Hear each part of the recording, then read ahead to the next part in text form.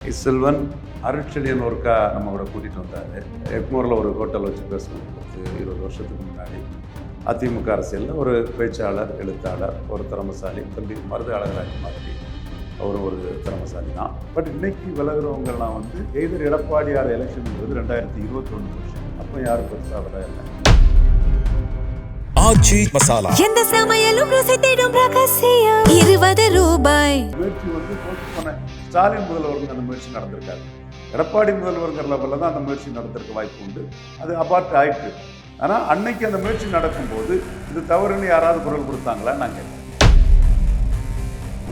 செல்வன் ஒரு எழுத்தாளர், பேச்சாளர், திராவிட இயக்க இதில் ஆர்வம் உள்ளவரை தவிர பெரிய பேக்கிங் இருக்குன்னு அவர் சொல்ல முடியாது. Either Vijay or election, Vijay அரசுக்கு மாற்று அரசு இல்லை, என்ன ஃபேக்டர் விஜய்க்கு ஹெல்ப்ஃபுல்லாக இருக்குங்கிற ஒரு சூழல் வந்த பிறகு நீங்கள் சொல்லும்போது இது ஆளுங்கட்சியை நோக்கிய ஒரு நகர்வாக தான் நான் பார்க்குறேன். மெரிபா பன்னீர் சோடா, ஐ ட்ரஸ்ட் மெரிபா.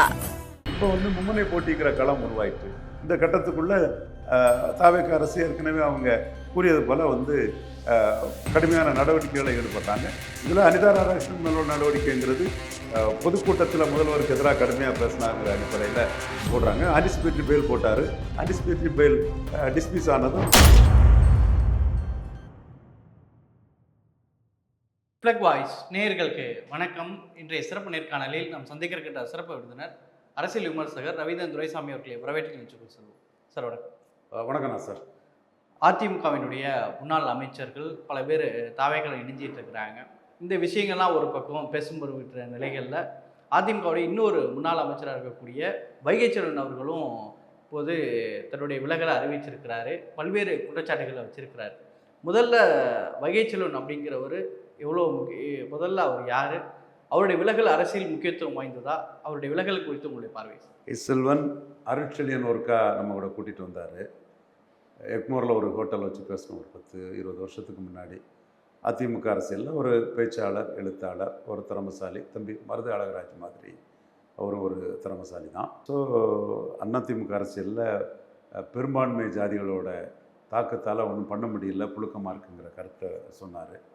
நான் சொன்னேன், உங்களை நம்பிதாமா இருக்கிறேன் அப்படின்னு ஜெயலலிதாட்ட போய் சொல்லுங்கள், அந்த அம்மா வந்து உங்களை என்டர்டெயின் பண்ணுவாங்கன்னு சொன்னேன். இது அருட்செழியன் சினிமா டைரக்டர், எங்கள் ஒரு தம்பி. அவனுக்கு வேண்டியவர்களெல்லாம் இன்ட்ரடியூஸ் பண்ணிட்டு வந்தார். ஸோ ஒரு சிறிய எண்ணிக்கை சமூகத்தை சேர்ந்தவர், எம்எல்ஏ ஆனார், மந்திரி ஆனார்.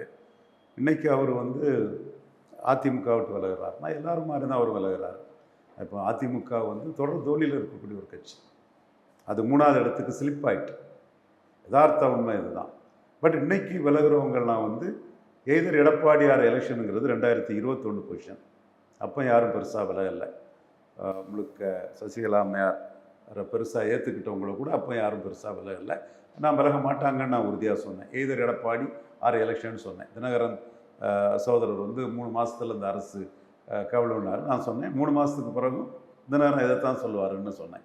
காரணம் அதிகாரம். அதுவும் வந்து சிட்டிங்கில் உட்கார்ந்தவரை தள்ளுறது வந்து ரொம்ப கஷ்டம். அதுதான் நான் சொன்னேன், either Vijay or election, there is no other alternative. TINA factor விஜய்க்கு இருக்குது. இன்னொரு மாற்று அரசுக்கு வழியே கிடையாது. ஸோ விஜய் அரசு கண்டினியூ ஆகும். எடப்பாடி அரசு ஜெயலலிதா அரசோட தொடர்ச்சி. விஜய் அரசு அவருக்கே 108 வந்து அதோட அவர் காங்கிரஸ் மற்றவங்க சோகால்டு மதசார்பற்ற கட்சிகள் ஆதரவோட அவர் தொடர்றார். ஸோ இந்த அரசு தொடருங்கிறதுல வந்து என் போன்றவர்களுக்கு வந்து டே 1 இருந்தே மாறுபட்ட கருத்து இல்லை. சப்போஸ் இன்ஸ்டால் ஆனதே இன்னொரு அரசு இன்ஸ்டால் ஆகிருக்குன்னு வைங்க, திருமாவளவன், டிஎம்கே, காங்கிரஸ், பாஜக ஒன்றை தவிர்த்து மீதி எல்லாம் சேர்ந்து எவ்வளோ வரும், 128 129 கிட்ட வரும். இவங்க ஒரு அரசு அமைச்சிருப்பாங்கன்னா அந்த அரசு வந்து இன்றைக்கி கண்டினியூ ஆகிட்டு இருக்கோம். அதில் எந்த மாற்றமும் இல்லை. அந்த அரசும் கண்டினியூ ஆகும். ஏன்னா ஆல்டர்னேட்டிவ் கவர்மெண்ட் இல்லைங்கிற ஒரு சூழ்நிலையில் தான் அது கண்டினியூ ஆகும். ஒரு வேளையில் அதில் ஆல்டர்னேட்டிவ் கவர்மெண்ட் அமையும்னா அதில் இருக்க ஒருத்தர் சிஎம்மாட்டு வெளியே இருக்கக்கூடிய பெரிய கட்சி ஆதரவுக்குள்ள சூழ்நிலை வரும். ஆனால் பெரிய கட்சி சிங்கிள் லார்ஜஸ்ட் பார்ட்டியே ஆட்சி அமைக்கக்கூடிய சூழ்நிலை வரும்போது முலாயம் சிங் யாதவ் அரசாங்கம் யூபியில் கண்டினியூ ஆனது மாதிரி பல கட்சிகள் ஆதரவில் நோ அதர் ஆல்டர்னேட்டிவ்ங்கிற டினா ஃபேக்டரில் கண்டினியூ ஆகுங்கிறதான் என்னோட பார்வை. இதைத்தான் டே 1 நான் சொன்னேன். இப்போ நான் வரேன். ஸோ இந்த பார்வை தான் இந்த அரசு நோக்கி அதிமுக செட் பண்ணி பலரையும் வர வைக்கிறேங்கிறது தான் என்னுடைய ஆணித்தரமான கருத்து. வைகை குற்றச்சாட்டு என்ன, அதிமுக வந்து தன்னுடைய அரசியல் எதிரியான திமுகவை திமுகவோடு இணைந்து ஒரு அரசு அமைக்கலாம் அப்படிங்கிற எண்ணம் வந்ததே வந்து அதிமுக தன்னுடைய அடையாளத்தை இழந்து விட்டதுன்னு தான் அந்த குற்றச்சாட்டை வைக்கிறார். அந்த இடம் வந்து யூகமாட்டு தான் பேசப்படுது.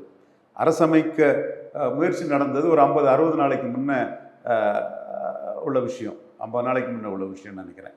அப்போ 50 நாளைக்கு முன்னே யாராவது சொல்லியிருந்தால் அதுக்கு கிரெடிபிலிட்டி வேலிடிட்டி இருக்கும். 50 நாளைக்கு பிறகு ஒரு சம்பவம் சொல்லும்போது அதுக்குள்ள என்ன கிரெடிபிலிட்டி இருந்திருக்க முடியும்? அன்னைக்கு முயற்சி நடந்திருக்காது நான் சொல்ல வரல. அந்த முயற்சி வந்து தோற்று போன ஸ்டாலின் முதல்வருங்க அந்த முயற்சி நடந்திருக்காது.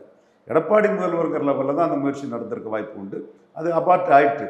ஆனால் அன்னைக்கு அந்த முயற்சி நடக்கும்போது இது தவறுன்னு யாராவது குரல் கொடுத்தாங்களான்னு நான் கேட்குறேன். உங்களோட கிரெடிபிலிட்டி அதில் நிலைக்கணும்னா நீங்கள் அந்த இடத்துக்குள்ள குரலை கொடுத்துருக்கணும். அந்த முயற்சி இருந்து அது நடபடியாமல் போய் அந்த அரசு அமையாமல் இன்னைக்கு either Vijay or election, Vijay அரசுக்கு மாற்று அரசு இல்லை, என்ன ஃபேக்டர் விஜய்க்கு ஹெல்ப்ஃபுல்லாக இருக்குங்கிற ஒரு சூழல் வந்த பிறகு நீங்கள் சொல்லும்போது இது ஆளுங்கட்சியை நோக்கிய ஒரு நகர்வாக தான் நான் பார்க்குறேன். இது ஒரு பாலிசி ஸ்டாண்டு, கொள்கை ரீதியான ஒரு நிலைப்பாடாக நான் பார்க்கல. பலாப்பழத்தை வெட்டி வச்சா ஈக்கள் மொய்க்குங்கிற அடிப்படையில் இவங்க நுழையிறாங்க. இன்னும் 1000 உதாரணம் சொல்ல முடியும். சசிகலா அம்மையார் காலில் எல்லாருமே விழுந்ததையும், சசிகலா அம்மையார் அதிகாரம் இழந்தது எல்லாரும் எடப்பாடி பழனிசாமியை ஏற்றுக்கொண்டதும், இன்க்ளூடிங் எடப்பாடி பழனிசாமி உட்பட, இது வந்து தமிழக அரசியல் களத்தில் நாம் ஒரு கண்ட காட்சி. இப்போ நாம் காணக்கூடிய காட்சிங்கிறது ஒரு கூட்டணி அரசு தெளிவாக அமைந்த ஒரு அரசை நோக்கி மற்றவங்க நகர்றாங்க. நகர்றதுக்கு ஒரு காரணம் சொல்லணும் இல்லையா? அந்த காரணம் திமுகவும் அதிமுகவும் சேர இருந்தாங்க, அது எங்களுக்கு பிடிக்கலங்கிறாங்க. அல்லது தொடர் தோல்விங்கிறத சொல்லுவாங்க. தொடர் தோல்வின்னு சொன்னால் அது ஏற்கனவே தோற்றுக்கிட்டு இருந்த கட்சி தானேன்னு சொல்லும்போது அந்த காரணம் வந்து எடுபடாதுங்கும் போது திமுக அதிமுக இணைப்புங்கிற காரணத்தை சொல்கிறாங்க. அதாவது அவங்க ஒன்றா சேர்ந்து ஆட்சி அமைக்க முயற்சி பண்ணாங்கிற காரணம் சொல்கிறாங்க. அதுக்கு வந்து ஒரு 50 நாளைக்கு முன்னே அதை சொல்லியிருப்பாங்கன்னா இதுக்குள்ள கிரெடிபிலிட்டியும் அந்தஸ்து மதிப்பு மரியாதையும் வேற. இன்னைக்கு வந்து சொல்லும்போது தங்களுடைய அரசியல் முடிவுக்கு ஒரு காரணமாட்டு இதை சொல்கிறதா தான் நாம் பார்க்க முடியும். ஆனால் இதில் வந்து பதறிக்கிட்டு அப்படி ஒன்று இல்லைங்கிறத அக்ரி கிருஷ்ணமூர்த்தி போன்றவங்களும் மறுத்துக்கிட்டு இருக்கிறாங்க. அதையும் நம்மளால் பார்க்க முடியும். சரி, இப்போ இன்னொரு பக்கம் என்னென்னா, நேற்றைய தினம் முன்னாள் அமைச்சர்கள் 2 பேர் தாவேக்களை இணைந்தாங்க. அதுக்கு பிறகு அது வந்து பல பேருக்கு நம்பிக்கை கொடுத்துருக்கு. அடுத்து சிவி சண்முகமோ எஸ்பி வேலுமணியோ இன்றைக்கு வைகை செல்வன் அறிவிச்சிருக்கு. இப்போ இவங்களுக்குலாம் அது ஒரு நம்பிக்கை கொடுத்துருக்குதா சார்? நீங்கள் வந்து எம்ஆர் விஜயபாஸ்கர், ஹெல்த் விஜயபாஸ்கர், புதுக்கோட்டை விராலிமலை விஜயபாஸ்கர், இவங்களோட வைகை செல்வனை கம்பேர் பண்ண முடியாது. வைகை செல்வன் ஒரு எழுத்தாளர், பேச்சாளர், திராவிட இயக்க இதில் ஆர்வம் உள்ளவரை தவிர பெரிய பேக்கிங் இருக்குன்னு அவர் சொல்ல முடியாது. இவங்க வந்து இந்த சூழல்லையும் மும்முனை போட்டியிலையும் வெற்றி பெற்ற ஒரு வின்னிங் கேண்டிடேட்ஸ். எம்ஆர் விஜயபாஸ்கர் வந்து கலிஞ்சமுறை தோத்தாலும் கூட இந்த தடவை ஜெயித்திருக்கிறாரு.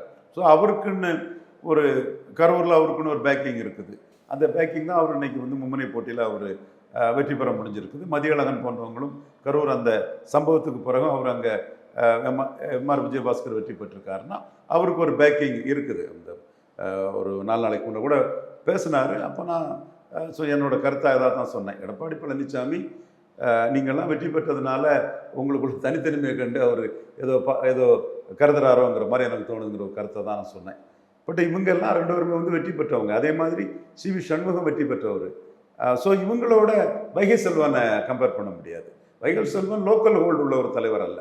இவங்கெல்லாம் லோக்கல் ஹோல்டு, லோக்கல் செல்வாக்குள்ளவங்க தான் ஹெல்த் விஜயபாஸ்கர், டிரான்ஸ்போர்ட் விஜயபாஸ்கர் இவங்கெல்லாம். சரி சார், இப்போது குறிப்பாக வந்து திமுகவுடைய கூட்டணிகளாக இருந்தவங்க விலகி போய் தாவேக்காக்கு ஆதரவு கொடுத்தாங்க. அதுக்கப்புறம் ஒரு கூட்டணி, அதாவது தாவேக்கா சார்பாக தோழமை கட்சி கூட்டம் ஒன்று நடந்தது. அதில் வந்து பல கட்சிகள் பங்கேற்று இருந்தாங்க. கம்யூனிஸ்டுகள் அதில் பங்கேற்கலையே தவிர அதுக்கு முன்பு தனிப்பட்ட முறையில் முதலமைச்சர் சந்தித்து தங்களுடைய கோரிக்கையை சொல்லலாம் செய்திகள் போடுறாங்க. இப்போ இந்த கூட்டணி குறித்து என்ன நடந்திருக்கு சார்? ஒன்றா நின்றுடுவாங்க, தேர்தல் கூட்டணி ஆட்டம் மாறிடுவாங்க. அதை தான் நான் பார்க்குறேன். ஏன்னா இந்த அரசு அமைகிறதுக்கு ராகுல் காந்தியோட மூவ் தான் முக்கிய காரணம். அது வந்து இயல்பாக என்ன அரசு அமைஞ்சிருக்கணும்னா 108 இடத்துல ஆளும் திமுகவையும் ஆளும் திராவிட முன்னேற்ற கழகத்துக்கு ஆதரவான என்ன காங்கிரஸ், பிசிக போன்ற கட்சிகளையும் தாவேக்கா வந்து 108 இடங்களில் சிங்கிள் லார்ஜஸ்டாட்டு அவங்க தோற்கடிச்சிருக்கிறாங்க. அதே போல் 53 இடங்களில் செகண்ட் லார்ஜஸ்டாட்டு என்டிகே உதயசூரியனையும் உதயசூரியன் கூட நின்ன காங்கிரஸ் போன்ற கட்சிகளையும் தோற்கடிச்சிருக்கிறாங்க. இப்போ காங்கிரஸ் கட்சியும் படுதோல்வி அடைஞ்சிருக்குது உதயசூரியன் கூட நின்னதுனால. பிசிகாவும் 8க்கு 75 விழுக்காடு தோத்துட்டாங்க. ஸோ இப்படி அவங்க தோத்து போன அவங்கள ஒதுக்கிக்கிட்டு அரசு அமையணும்னா ஆளுங்கட்சியையும் அதன் கூட்டணி கட்சிகளையும் 108 இடத்துல தோற்கடித்த தாவேகாவும் 53 இடங்களில் தோற்கடித்த என்டியும் சேர்ந்து தான் அந்த ஆட்சியை அமைச்சிருக்கணும். அதில் பாஜக எதிர்ப்பு கவர்னர் ஆட்சி வந்துடும்ங்கிற ஒரு பாஜக எதிர்ப்பு புள்ளியை மையமாக வச்சு அவங்க வந்து ராகுல் காந்தியை உள்ள புகுந்து இந்த அரசு அமையதுக்கு வந்து அவர் ஹெல்ப் பண்ணிட்டாரு. டக்குன்னு காங்கிரஸ்காரங்க 5 ஆதரிக்கிறாங்க. சிபிஎம், சிபிஐ, இந்தியன் யூனியன் முஸ்லீம் இவங்களெல்லாம் பேசிக்கிட்டு. இன்னொரு விஷயம் என்னன்னா, இன்னைக்கு அனிதா ராதாகிருஷ்ணன் அவர்கள் கைது செய்யப்பட்டிருக்கிறாரு. முதலமைச்சர் விஜய் அவர்கள் குறித்து அவதூறாக பேசிய விஷயத்தில் இன்னைக்கு கைது செய்யப்பட்டிருக்கிறாரு. ஒரு பக்கம் அனிதா ராதாகிருஷ்ணனுடைய கைது, இன்னொரு பக்கம் டிவிஎஸ்சியில் ஏவாவேலுடைய விசாரணை, செந்தில் பாலாஜி தேர்றார் அப்படின்ற மாதிரி ஒரு விஷயமும் பேசப்படுது. இப்போ இது வந்து என்னவாக இந்த அரசியல் எப்படி சார் புரிஞ்சுக்கிறது? இது வந்து கலைஞர் ஜெயலலிதா டைப்பான ஒரு அரசியலாக தான் இதை நான் பார்க்குறேன். ஸ்டாலின் வந்து வழக்கு தொடுத்தாரு, யாரையும் கைது பண்ணலை. அப்போவே வந்து கொடநாடு கொலை பற்றி ஏன் அண்ணாமலை பேசலன்னு கூட சீமான் சில கருத்துக்களை முன்னெடுத்து வச்சார். கொடநாடு கொலை என்னாச்சுங்கிற கருத்து வந்து கேள்விகள் எழுப்பிக்கிட்டே இருந்தது. பட் அதை வந்து நாம் தமிழர் தவிர மற்ற பெரிய கட்சிகள் எதுவுமே பேசாத ஒரு சூழ்நிலையும் இருந்தது. பட் திமுக ஆட்சி காலத்தில் அந்த எல்லார் மேலேயுமே வந்து ஒரு வழக்குக்கு மட்டும் பதிவு பண்ணிக்கிட்டு கைது பண்ணால் அவங்க மேலே சிம்பதி வந்திருப்பாங்கிறக்காக கைது நடவடிக்கைகளை வந்து எடுக்க விட்டுட்டாங்க. ஆனால் கருணாநிதி ஜெயலலிதா காலகட்டம் அப்படி இல்லை. மாறும்போது வந்து அவங்க கைது நடவடிக்கைகளை பலமாக எடுத்தது நம்ம கண்கூடாகவே பார்த்தோம். பலரும் கைதானாங்க. அதில் ஒரு சிலர் வந்து கன்விஷன் அளவு ஒரு சிலருக்கு போச்சு, ஒரு சிலருக்கு வந்து கீழ்கோர்ட் கன்விட் ஆகி மேல்கோர்ட்டில் விடுதலையானதும் போச்சு. விடுதலையானதும் நடந்தது. இங்கே மருங்காபுரி பொன்னுசாமி வந்து சுப்ரீம் கோர்ட்டில் கூட கன்விட் ஆகின ஒரு சூழ்நிலை வந்தது. அப்போ ஊழல் தொடர்பான வழக்குகள், பல வழக்குகள் வந்து மாறி மாறி அவங்க அளித்தாங்க. ஸ்டாலினை பொறுத்தளவில் அது வழக்கு போட்ட கட்சி ஸ்ட்ரெங்தன் ஆகுது, சிம்பதி ஆகுங்கிற ஒரு எண்ண ஓட்டத்தில் அதிமுக மேலே வழக்கு போடலை. இப்போ வந்து மும்முனை போட்டிங்கிற களம் உருவாயிட்டு இந்த கட்டத்துக்குள்ளே தாவேக அரசு ஏற்கனவே அவங்க கூறியது போல் வந்து கடுமையான நடவடிக்கைகளை ஈடுபடுறாங்க. இதில் அனிதா ராதாகிருஷ்ணன் மேலோட நடவடிக்கைங்கிறது பொதுக்கூட்டத்தில் முதல்வருக்கு எதிராக கடுமையாக பேசினாங்கிற அடிப்படையில் போடுறாங்க. ஆன்டிசிபேட்டரி பெயில் போட்டார். ஆன்டிசிபேட்டரி பெயில் டிஸ்மிஸ் ஆனதும் அவங்க செக்யூர் பண்ணியிருக்கிறாங்க. அடுத்து என்ன பண்ணுறாங்க என்ன இதுங்கிறது அவங்க சொல்லும்போது நமக்கு தெரியும். ஒரு பக்கம் இந்த விஷயம் அப்படின்னா, இன்னொரு பக்கம் கரூர் விஷயத்தை நோக்கி ஆதவர்ஜுனா பேசியிருக்கிறாரு. ஆதவர்ஜுனா பேசும்போது கரூரில் எங்கள் மக்களை நீங்கள் வந்து காவல்துறை வச்சு கொண்டுட்டீங்க, அதோடைய பகரமாக தான் குளத்தூரில் முன்னாள் முதலமைச்சர் வந்து தோக்கடிச்சாங்க அப்படின்னு சொல்லி பேசினார். திமுக தரப்பில் உச்சநீதிமன்றத்துக்கு போக போகிறதா அப்படின்ற மாதிரிலாம் கூட ஒரு விஷயம் பேசுகிறத பார்க்க முடியுது. அப்படி போனால் என்ன நடக்கும் சார்? உண்மையாக குளத்தூரில் மக்கள் தோக்கடிச்சது கரூர் சம்பவம் தான் காரணமா? இல்லை, கரூரில் கூட மதியானம் 2வது வந்திருக்காருன்னு நினைக்கிறேன். தோற்று போனார். எம்ஆர் விஜயபாஸ்கர் பேசினார். அவங்க 108 சீட்டு தானே ஜெயித்திருக்காங்க. நான் திரும்ப சொல்கிறது என்னென்னா, தாவேக ஏன் வந்து மைனாரிட்டி கவர்மெண்ட்டை கன்டினியூ பண்ணணும். எதர் எலெக்ஷன் எடப்பாடியார் எலெக்ஷன் மாதிரி எதர் விஜயார் எலெக்ஷன் தான். There is no other alternative to this government. TINA factor work பண்ணுது அவங்களுக்கு. நீங்கள் கான்ஃபிடண்ட்டாக இருப்பீங்கன்னா விஜய் அவர்கள்ட்ட நான் வைக்கக்கூடிய கேள்வி இதுதான். என்டிஆர் மாதிரி ஹெக்டே மாதிரி ஏன் நீங்கள் டிசால்வ் பண்ணிவிட்டு நீங்களே டிசொல்யூஷன் அதை ஃபோன் பண்ணிக்கிட்டு ஒரு தனியாட்சி அமைக்கக்கூடிய அளவுக்கு நீங்கள் 144 வந்து சப்போர்ட் எடுத்தீங்களா? எடப்பாடி முதல்வர்னு சொன்ன 25 பேரையும் சேர்த்து அதை விட ஹையா 164ங்கிற அளவுக்கெல்லாம் பெரிய ஒரு எண்ணிக்கையில் நீங்கள் ஒரு வெற்றியை பெறலாமே. ஏன் நீங்கள் ஒரு 108ஓட நிற்கணும்? அதுதான் என்னோட கேள்வியாக நான் வைக்கிறேன். நீங்கள் செல்வாக்கு அது வளையம்னு நீங்கள் கிளைம் பண்ணுறது வந்து வெற்றி பெற்ற கட்சியினர் இயல்பாக கிளைம் பண்ணுறது தான். பட் உங்கள் கவர்மெண்ட் 4 பார்ட்டி கோலிஷன் கவர்மெண்ட்டு தான். அந்த உங்களுக்குன்னு தனி மெஜாரிட்டி இல்லை. அப்போ உங்களுக்குன்னு தனி மெஜாரிட்டி வரக்கூடிய அளவுக்கு இப்போ ஊழலற்ற அளவுக்கு செய்கிறாங்களா? நல்ல பேர் பல டிபார்ட்மெண்ட்டுகள்லையும் வருது. இது கவர்மெண்ட் வழக்கறிஞர் இதுக்கு ரூபா வாங்குறாங்கன்னு கட்சிக்காரங்களே கம்ப்ளைண்ட் பண்ணி கொடுத்தா தப்புக்கு எதிராக அந்த கட்சிக்குள்ளே இருந்தே ஒரு குரல் இருக்குது. அதை நம்ம தப்பு நடக்கிறவங்களும் அந்த கட்சிக்காரங்களே எக்ஸ்போஸ் பண்ணுற ஒரு தன்மை இருக்குங்கிறத நம்ம ஒரு நல்ல ஊழலுக்கு எதிரான ஒரு விஷயமாக தான் அதையும் நம்ம பார்க்குறோம். அதை வச்சு நம்ம நெகட்டிவாக பேச தேவையில்லை. பட் இதெல்லாம் உங்களுக்கு நல்ல இதில் வந்துட்டு இருக்குங்கிற சூழ்நிலையில் நீங்கள் ஏன் மைனாரிட்டியாகவே இருக்கிறீங்க? மெஜாரிட்டியாகிட்டே போயிட்டு சாதிக்கலாமே. அதை தான் என்னோட கருத்தாட்டு நான் முன் வைக்கிறேன். மீண்டும் நான் சொல்கிறேன், எதிர் எடப்பாடி எலெக்ஷன் மாதிரி தான். There is no other alternative this government TINA factor. இது வந்து 4 பார்ட்டி கொலிஷன் கவர்மெண்ட்டாக இருக்குது. பட் மேஜர் பார்ட்டி டிவிகேக்கு வந்து 108 தான் இருக்குது. கரூர் சம்பவத்தை திமுக குற்றஞ்சாட்டி ஆதவர்ஜுனா பேசுறாரு. இப்போ அதுக்கு எதிராக உச்சநீதிமன்றம் போனாங்கன்னா என்ன பண்ணிட முடியும் திமுகவால்? இது என்ன செய்யுது, எப்படி சார் புரிஞ்சுக்கிறது? அதுதாங்க தேர்தல் முடிவு வந்து நான் ஏற்கனவே திரும்ப திரும்ப நான் சொல்கிறது அதே தான் நான் சொல்கிறேன். தேர்தல் முடிவின் அடிப்படையில் தான் 4 பார்ட்டி கொலிஷன் நடந்திருக்குது.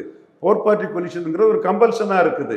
நான் உங்கள் செல்வாக்கு மேலே நீங்கள் நம்பிக்கை விஜய் வைத்து ஏன் நீங்கள் மெஜாரிட்டி உங்களுக்கே வரக்கூடிய அளவுக்கு என்டிஆர் மாதிரி ஹெக்டே மாதிரி போகக்கூடாதுன்றது தான் என்னோட கேள்வியாக வைக்கிறேன். இதை நான் இன்னைக்கு இல்லை, டே 1 இருந்தே இந்த கருத்தை தான் நான் சொல்லிட்டு இருக்கிறேன். அது விஜய் விரும்பலாம், விஜய்க்கு அது தொடர்பாட்டு சில விருப்பங்கள் இருக்கலான்னு தான் நான் கணிக்கிறேன். பட் அது ஒரு கலெக்டிவ் டிசிஷன்ஸ் எடுக்கிறாங்களா? விஜய் தன் இமேஜ் பாதிக்குதுன்னு ஒன் ஃபைன் மார்னிங் அது பட்ஜெட்டுக்கு பிறகு கூட விஜய் அப்படியே ஒரு ஸ்ட்ராங்கான ஒரு டிசிஷனை எடுக்கலாம். அது மட்டும் இல்லை, இருக்கவங்கள தன் கண்ட்ரோலில் கொண்டு வர்றதுக்கும் நான் நினச்சா என்னால் டிசால்வ் பண்ண முடியும், நான் சொல்கிறத இது பண்ணுங்கன்னு கூட்டணி கட்சிகளை ஒரு வழிக்கு கொண்டு வரது கூட அந்த டிசிஷன் எடுக்கலாம். எனிவே இந்த அரசாங்கம்ங்கிறது இப்போ முஸ்லீம் லீக் வந்து 5 விழுக்காடு இடஒதுக்கீடு உயர்த்தணும்னு சொல்கிறாங்க. காலையிலையும் மாலையிலையும் சிபிஐ வந்து ப்ரெஸ் மீட் கொடுத்து அது சரி இதுன்னு கருணாநிதி ஸ்டாலின் மேலே 4 தாக்கிக்கிட்டு இந்த கவர்மெண்ட்டுக்கு எதிராகட்டும், வீரபாண்டியன் இந்த சிபிஐ இந்த கவர்மெண்ட்டுக்கு எதிரான தாக்குதலாக நடத்துகிறாங்க. தென் காங்கிரஸ் கட்சி அவங்க வழக்கம் போல் அவங்களோட டிமாண்ட் பெருசாக தான் இருக்கும். இப்படிப்பட்ட ஒரு விசிகா அவங்களோட பேச்சுக்களும் ஒரு மாறுபட்ட கருத்துக்களை அவங்களும் முன்வைக்கிறாங்க. ஸோ இப்படி ஒரு கொலிஷனை நம்பி இருக்கக்கூடிய ஒரு அரசோட தனித்த ஒரு ஆட்சியாட்டு ஏன் 2021 ஸ்டாலின் அரசு மாதிரி, ஜெயலலிதா அரசு மாதிரி, எம்ஜிஆர் அரசு மாதிரி இந்த மாதிரி ஒரு அரசாட்டு உங்கள் அரசை கொண்டு வரதுக்கான இது பண்ணுறது தான் உங்கள் செல்வாக்கின் வளையத்தை முழுமையாக நிரூபிக்கிறதுக்கு உதவுங்கிறது என்னோட கருத்து. இப்போ கூட உங்களுக்கு 35 விழுக்காடு வாக்குங்கிறது 77 எம்ஜிஆரோட அதிகம்தான். பட் சீட்டில் நீங்கள் வந்து மைனாரிட்டியாக தானே இருக்கிறீங்க, அதை ஓவர் கம் பண்ணுங்கிறது தான் என்னோட கருத்து. அதை சரியான டைம் வரும்போது வந்து விஜய் ஒரு தக்க முடிவெடுத்து அதுக்குள்ளே வந்து விஜய் வந்து சாட்டையை சுழத்துற மாதிரி அந்த முடிவை எடுத்து வரதுக்கும் வாய்ப்பு இருக்குது. It is up to Vijay to take the decision. But என்னோட கருத்தாக நான் இதைத்தான் தொடர்ந்து சொல்லிட்டு இருக்கிறேன். சரிங்க சார், பல்வேறு விஷயங்களை பயன்படுத்தி கருத்தை நடத்தி நன்றி. ஆச்சி மசாலா எந்த சமையலும் ருசி தேடும் ரகசியம் 20 ரூபாய். மெரிபா பன்னீர் சோடா. I trust மெரிபா.